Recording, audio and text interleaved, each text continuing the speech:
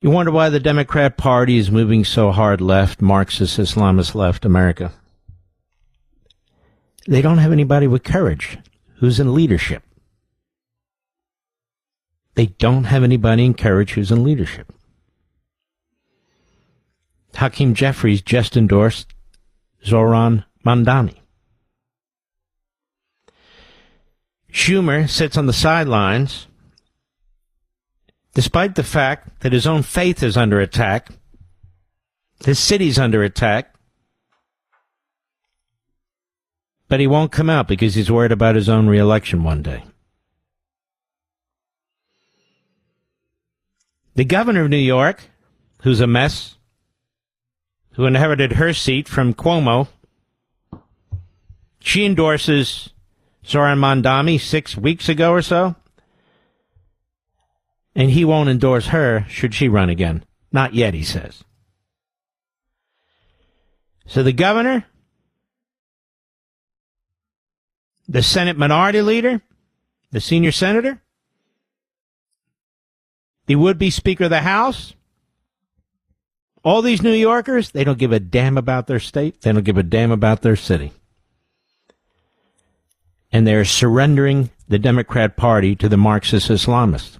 You would think leaders in the Democrat Party would be defending the party. Even if it means, God forbid, they lose their seats, right? Is that really the end of the world, even if you're them? Is it really the end of the world? I guess power is such a glue they can't let go of it. What else are they going to do after all? So Mamdani has no real Democrat Party opposition. There's some people, but they're not in leadership. They're not in leadership. Now, there is a new poll out, Interactive Polls. Is Interactive Polls any good, Mr. Producer? It is? I mean, does that mean people have to go on the internet and participate, or people are contacted? What does that mean? Because if it's people going on the internet, that doesn't mean anything. People have campaigns and so forth and so on.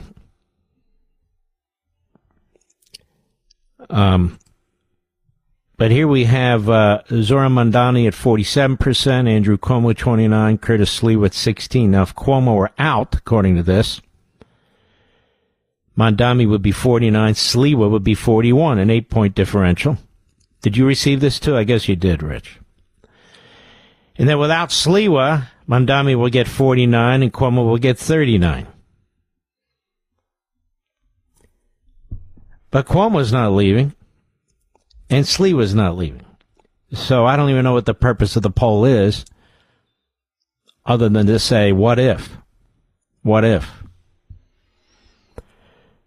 I'm not sure it would matter anyway. I have no idea. Because turnout's the key, isn't it? And I'm sure that Curtis and Cuomo are relying on turnout. Cuomo is not an energetic candidate. He did a good job in the last debate. So did Sliwa. But Cuomo is a fall-asleep candidate. That's the problem. And he couldn't stop Mamdani before. So what would a world with Mamdani as the mayor of New York look like? Well, every Democrat is going to be asked going forward if they support Mamdani. Every Democrat going forward is going to be asked if they support one of his radical kook policies, whether it's the economic socialism or cultural Marxism. You're going to see abject failure in a relatively short period of time with his policies. He's going to attract illegal aliens. He's going to attract the homeless. He's going to attract drug users. He's going to attract criminals. Where are they going to go? They're going to go into the subway system. They're going to go on the free buses. They're going to go into hotels that he'll commandeer, like a Marxist dictator, to house them. All in the name of the people, of course. We've seen this before, but this will be even more aggressively so. You might even see the city go bankrupt. You might. It almost did under Lindsay in the 1970s, a liberal Republican, spent like a drunken Marxist, but nonetheless, this guy's a real Marxist. He's the real deal. What else are you going to see? He supports prostitution, legalizing prostitution. I mean, is that a priority? Apparently so. Now, what does that lead to? Women being kidnapped, indentured servants, treating women like crap. But I haven't heard from any of the women's groups. None of them. Not with this Islamist ideology or this Marxist proposal.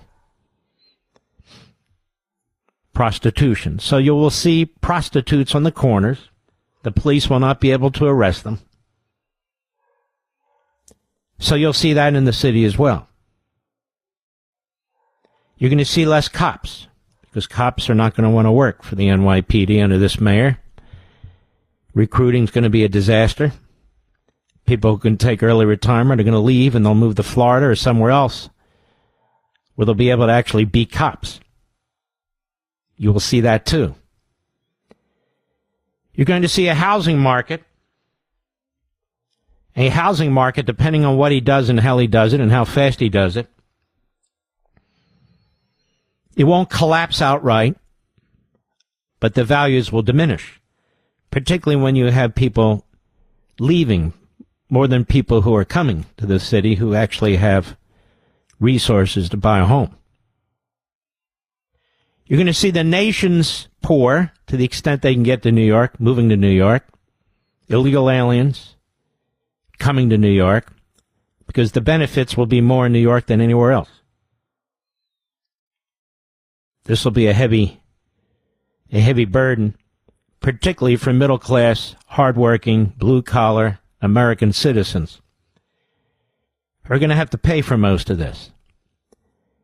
Because a lot of the wealthiest people, a lot of the financial institutions and so forth, they're going to leave, as they should. Why would you stay? So the burden will be on people who can't leave, who have jobs that require them to be there, even though the jobs will be fewer and fewer. You're going to see retail institutions are going to suffer, not just grocery stores, clothing stores, delicatessens, pizzerias, and so forth and so on that line the streets of the city. Folks, I have a question for you. Do you believe America's best days are still ahead? With the 250th anniversary of the signing of the Declaration of Independence coming up in less than a year, my friends at the Heritage Foundation are taking stock of the current situation, and they need your input. They've launched a survey on America's future to gauge how Americans feel right now about where we are as a nation and where we're headed in the next 250 years. You know, for decades, your American values have been under attack, but now, with President Trump's administration in office, we have an opportunity to turn the tide and usher in a new golden age for America. But the Heritage Foundation needs to hear from you. What policies do patriots like you most care about? What do you believe are the defining principles of America? What legacy do you believe we should pass on to the next generation? Please visit heritage.org/Levin today and share your feedback and help shape the future of America. That's heritage.org/LEVIN. Paid for by the Heritage Foundation. The people who do stay, many of them are going to stay for reasons having nothing to do with the viability of the city, family connections, many generations. They don't want to leave. They have their home. They don't want to sell it. They can't get the number they want anyway. Cops and firefighters, if they can get out, they will, but otherwise they're stuck. They're stuck. You're not going to see a housing boom. So what's going to happen to the plumbers and the electricians? What's going to happen to the construction industry? The men and women, the roofers, the bricklayers, the asphalt layers, and on and on. It has a resonating effect through a city, has a resonating effect through an economy. You see, we know what works and what doesn't. There's been enough human experience with this ideology called economic socialism and cultural Marxism. There's been enough human experience, I can tell you what's going to happen. The only issue is whether it happens quickly or more slowly. You're going to depopulate the city of people who are taxpayers, who are hardworking, who are law-abiding. You're going to repopulate the city with the opposite. Criminals, people on the dole, public welfare, illegal aliens, and the like. And then you're going to see increased radicalization of the city. There's going to be a big move by the Islamists to populate New York City because one of them is their mayor. He will create an environment that's welcoming to them and unwelcoming to every other faith. There's not going to be a business in this country on the face of the earth that's going to want to relocate from another city or state or another country into New York City. Why would they?